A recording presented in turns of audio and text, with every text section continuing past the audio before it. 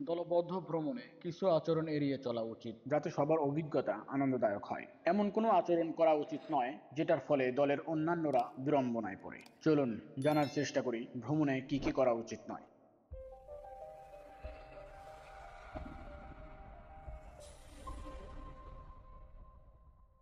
সময় ও শৃঙ্খলা না মানা, দেরি করা বা সময়সূচি অনুসরণ না করা অন্যদের বিরক্তির কারণ হতে পারে। যাত্রা বা কোনো স্থানে পৌঁছানোর নির্দিষ্ট সময় থাকলে তা মেনে চলা উচিত। দল থেকে বিচ্ছিন্ন হয়ে যাওয়া, অনুমতি ছাড়া বা কাউকে না জানিয়ে আলাদা হয়ে যাওয়া বিপজ্জনক হতে পারে, সুতরাং দলনেতা বা গাইডের নির্দেশ মানা উচিত। অপ্রয়োজনীয় উচ্চ শব্দ করা, উচ্চস্বরে কথা বলা, গান গাওয়া বা অপ্রয়োজনীয় শব্দ সৃষ্টি করা অন্য পর্যটকদের বিরক্তির কারণ হতে পারে। বিশেষ করে প্রকৃতি বা ঐতিহাসিক স্থানে শান্তি বজায় রাখা জরুরি।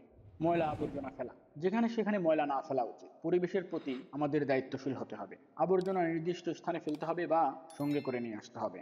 অন্যদের প্রতি অসৌজন্যমূলক আচরণ, দলের সদস্যদের মতামত বা অনুভূতির প্রতি সম্মান দেখানো উচিত। অহংকার, আত্মকেন্দ্রিকতা বা অহেতুক বিতর্ক পরিহার করাই ভালো।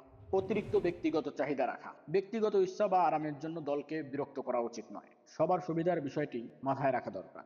স্থানীয় সংস্কৃতি ও নিয়ম না মানা, যে জায়গায় যাচ্ছেন সেখানকার সংস্কৃতি ও আইন সম্পর্কে জেনে যাওয়া উচিত। স্থানীয়দের প্রতি শ্রদ্ধাশীল আচরণ করাও জরুরি। খাবার বা অন্যান্য সম্পদ নিয়ে লোভী না হওয়া, খাবার, পানি বা অন্যান্য সরঞ্জাম দলগতভাবে ভাগ করে নেওয়া উচিত। বেশি বেশি নিয়ে অন্যদের জন্য কমিয়ে ফেলা উচিত নয়। অপ্রয়োজনীয় ঝুঁকি নেওয়া, পাহাড়ে ওঠা, সাঁতার কাটা বা অ্যাডভেঞ্চার কার্যক্রমে অতিরিক্ত ঝুঁকি না নেওয়াই ভালো, কারণ সবার নিরাপত্তা নিশ্চিত করেই যে কোনো কাজ করা উচিত। প্রযুক্তির অতিরিক্ত ব্যবহার, পুরো ভ্রমণে মোবাইলে ব্যস্ত থাকা বা ছবি তোলায় অতিরিক্ত মনোযোগ দেওয়ার ফলে দলের আনন্দ নষ্ট হতে পারে। সুতরাং বাস্তব অভিজ্ঞতা উপভোগ করাটাই প্রধান লক্ষ্য হওয়া উচিত। আপনি যদি এই নিয়মগুলো মেনে চলেন তাহলে ভ্রমণটি আপনার এবং আপনার দলের সবার জন্য আনন্দদায়ক এবং সাফল্যমণ্ডিত হবে। ভিডিওটি ভালো লাগলে শেয়ার করে অন্যদেরও জানার এবং দেখার সুযোগ করে দিন, এবং আমাদের ভিডিওগুলো সহজে পেতে চ্যানেলটি সাবস্ক্রাইব করে বেল আইকন ক্লিক করুন।